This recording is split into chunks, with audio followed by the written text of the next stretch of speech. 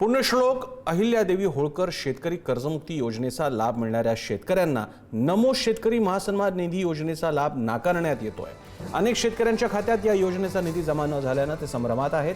त्यामुळे आधीच संवेदनशील बनलेल्या कर्जमाफीचा विषय आणखी तापण्याची शक्यता आहे। कर्जमाफीमुळे सरकारवर वाढलेला आर्थिक भार कमी करण्यासाठी हा निर्णय घेण्यात आल्याचं सांगितलं जात आहे। सचिन जिरे आपल्या सोबत आहेत।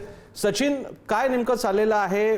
2-3 योजनांमध्ये अनेकदा असंही असतं की तुम्ही अमुक एका योजनेचा लाभ घेत असाल तर दुसऱ्या योजनेला तुम्हाला लाभ मिळत नाही असा नियम आणला जातो। जसं लाडकी बहिणीच्या बाबतीत आपण पाहिलं की नंतर सगळे नियम लक्षात आले, तसं इथे नेमकं काय चाललंय?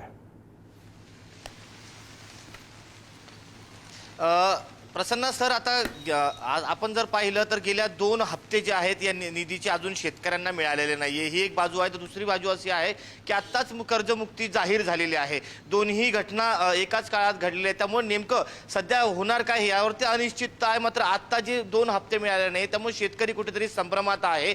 जवळपास जे कर्जमुक्तीचा जो लाभ आहे तो 56 लाख शेतकऱ्यांना मराठवाड्यातला मिळणार आहे। जर एकच योजना लागू करायची झाल्यास मग जे 56 लाख शेतकरी या कर्जमुक्तीच्या लाभामध्ये पात्र ठरले त्यांना मग मुकावं लागतं की काय या निधी संदर्भात अशी परिस्थिती निर्माण झालेली आहे। कारण की संभ्रमाचा जो परिस्थिती आहे ती सर्व शेतकऱ्यांमध्ये आहे। शेतकऱ्यांना हे कळत नाहीये की त्यांना खरं हे जे वर्षभरातले जे 6,000 रुपयाचे जे 2 हप्ते आहे 2,000 ते मिळणार आहेत की नाही, की मग कर्जमुक्तीचा लाभ मिळणार किंवा कर्जमुक्ती आणि या शेतकरीचे दोन्ही जे हप्ते आहेत ते एक सोबत मिळेल, हा संभ्रम अजूनही कायम आहे। मात्र कुठेतरी शेतकऱ्यांनी हा जो आधार मिळायचा तो गेल्या 2 हप्त्यापासून मिळत नाहीये। सरकारकडे तसा निधीचा प्रस्ताव देखील पाठवलेला आहे, मात्र प्रस्ताव पाठवल्यानंतर देखील सरकारकडून अजून या संबंधित खात्याच्या अधिकाऱ्यांकडून अजून कुठल्याही पद्धतीचा दुजोरा देण्यात आलेला आहे, या संदर्भात भाष्य करण्यात आलेलं नाहीये। त्यामुळे मोठा संभ्रम या निमित्ताने उभं राहिलेला आहे राज्यभरामध्ये की शेतकऱ्यांना